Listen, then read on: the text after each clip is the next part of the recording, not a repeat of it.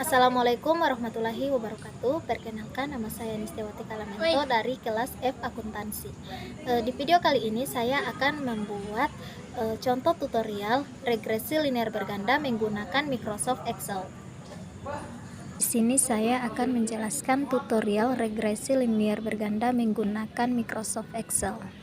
Di video kali ini terdapat 15 perusahaan yang dinotasikan dari perusahaan A sampai dengan perusahaan O. Di sini terdapat 3 variabel, yaitu 1 variabel dependen atau output dan 2 variabel independen atau tenaga kerja dan modal.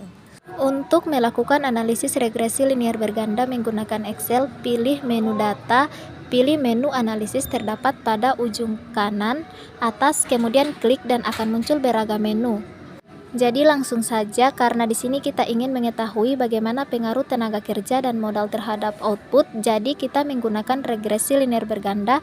Jadi kita cari analisis tools, kita cari menu regresi atau dalam bahasa Inggris regression. Lalu kita klik dan kemudian klik OK. Nanti secara otomatis akan muncul jendela regression dan kita melakukan input data. Di sini input terbagi menjadi 2, ada input Y dan input X. Arti input Y adalah kita menginput data-data variabel dependen atau variabel terikat. Input X kita isi dengan data-data variabel independen atau variabel bebas. Jadi ketika kita menginput data Y, kita klik dulu menu yang sebelah kanan untuk membuka. Setelah terbuka, kita blok untuk data-datanya. Karena kita berencana mengklik label memunculkan nama labelnya dari variabel output Y, jadi kita blok dengan labelnya. Jadi bukan hanya datanya yang diblok, tapi juga dengan labelnya.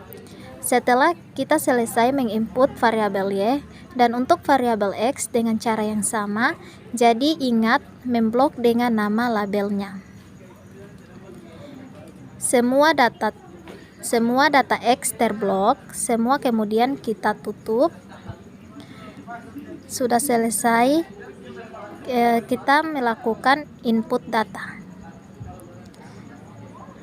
Jangan lupa kita klik label karena kita ingin menemukan labelnya. Kemudian kita perhatikan confidence level, kita klik, kita bisa memilih sesuai target result kita. Misalkan untuk studi ekonomi 90% atau 95%, atau untuk bidang-bidang lainnya mungkin bisa saja 99%, tapi umumnya kita menggunakan 95%. Jadi kita meletakkan di hipotesis adalah 95%. Artinya batas kesalahan yang boleh ditolerir dianggap signifikan, pengaruhnya adalah kesalahannya tidak boleh lebih dari 5%. Kemudian di sini ada 3 output option. Yang pertama output range, berarti jika kita klik ini kemudian kita buka ini, artinya kita mau letakkan di bagian mana hasil analisisnya. Misalkan saya ingin meletakkan hasil analisisnya pada bagian bawah, tinggal kita letakkan saja misalnya di sini. Lalu misalkan timbul sel B21, kemudian kita tutup, artinya nanti hasil analisis akan muncul di B21 atau sekitarnya. Kemudian menu kedua ada di new workheads, artinya adalah masih di set work yang sama tapi akan membuat set baru. Selanjutnya ada new workbook, berarti kita membuat file Excel baru untuk hasil analisis. Bisa lihat di sini ada hasil analisisnya. Ini adalah grafik-grafik yang munculkan, tapi kita untuk interpretasi kita fokus ke yang pertama, sig and magnitude. Yang kedua, beberapa pilihan yaitu ada residual standar, residual plots dan plots. Di sini saya coba mengaktifkan semuanya, teman-teman bisa menggunakan sesuai kebutuhan. Kemudian ada normal probability plots. Kita klik untuk formalitas di sini. Pilihannya cukup sederhana. Kemudian kita tinggal klik OK. Baiklah, setelah itu yang kedua yaitu kita uji T-nya. Yang ketiga kita uji F.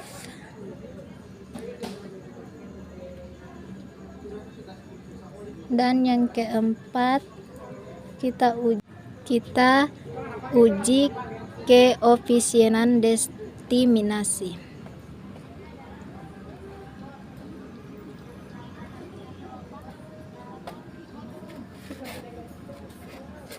Baik, yang pertama kita lihat sig and magnitude-nya di koefisien analisis. Di sini untuk variabel independen tenaga kerja, modal atau kapital, di sini koefisiennya positif.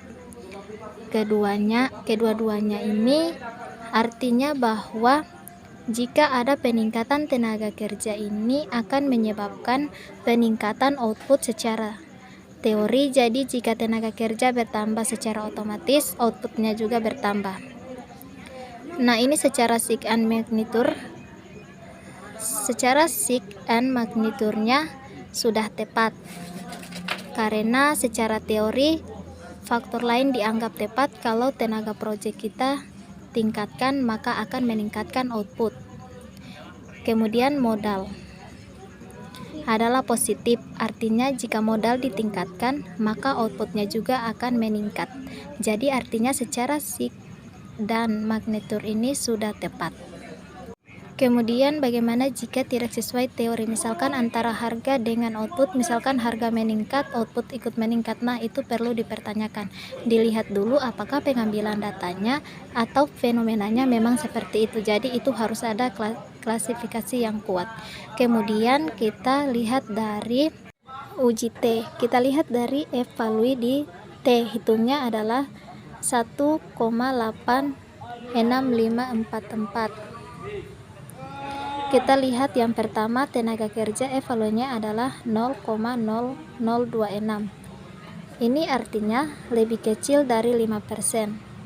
Ini artinya secara parsial tenaga kerja berpengaruh signifikan terhadap output.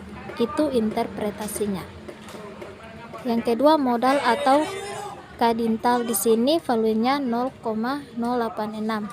Nah, ini untuk modal atau kapital ini adalah lebih besar dari 5%. Artinya dengan hipotesis tadi yang kita sepakati bahwa meskipun hasilnya mendekati 5%, tapi ini lebih besar dari 5%, lebih besar dari 0,05, artinya bahwa secara parsial modal tidak berpengaruh nyata atau tidak signifikan pengaruhnya terhadap output.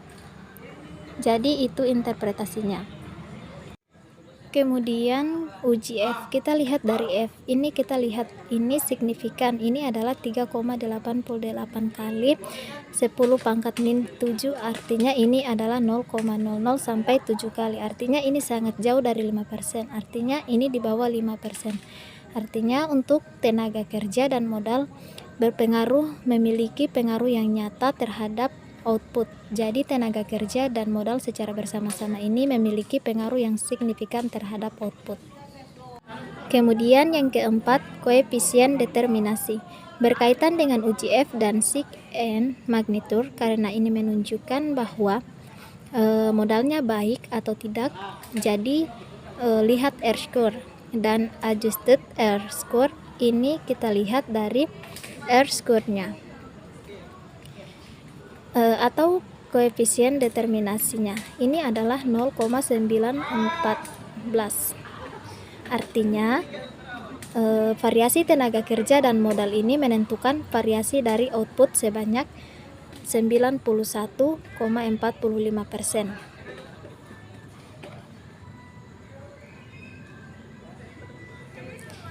Variasi output sebanyak 91,45% ditentukan oleh variasi dari tenaga kerja dan modal, sedangkan sisanya berarti adalah 8,55 ditentukan oleh variabel lain yang tidak digunakan dalam modal. Jadi itu menunjukkan jadi semakin besar S-squared-nya berarti modalnya semakin baik. Umumnya kalau untuk data-data tim series, data sekunder ini memiliki R-score yang cukup tinggi. Kalau untuk data-data primer yang data dari laporan itu umumnya kalau sudah 70% bagus. Jadi itulah cara interpretasinya. Baiklah, demikian video kali ini. Mohon maaf bila banyak kesalahan. Terima kasih. Assalamualaikum warahmatullahi wabarakatuh.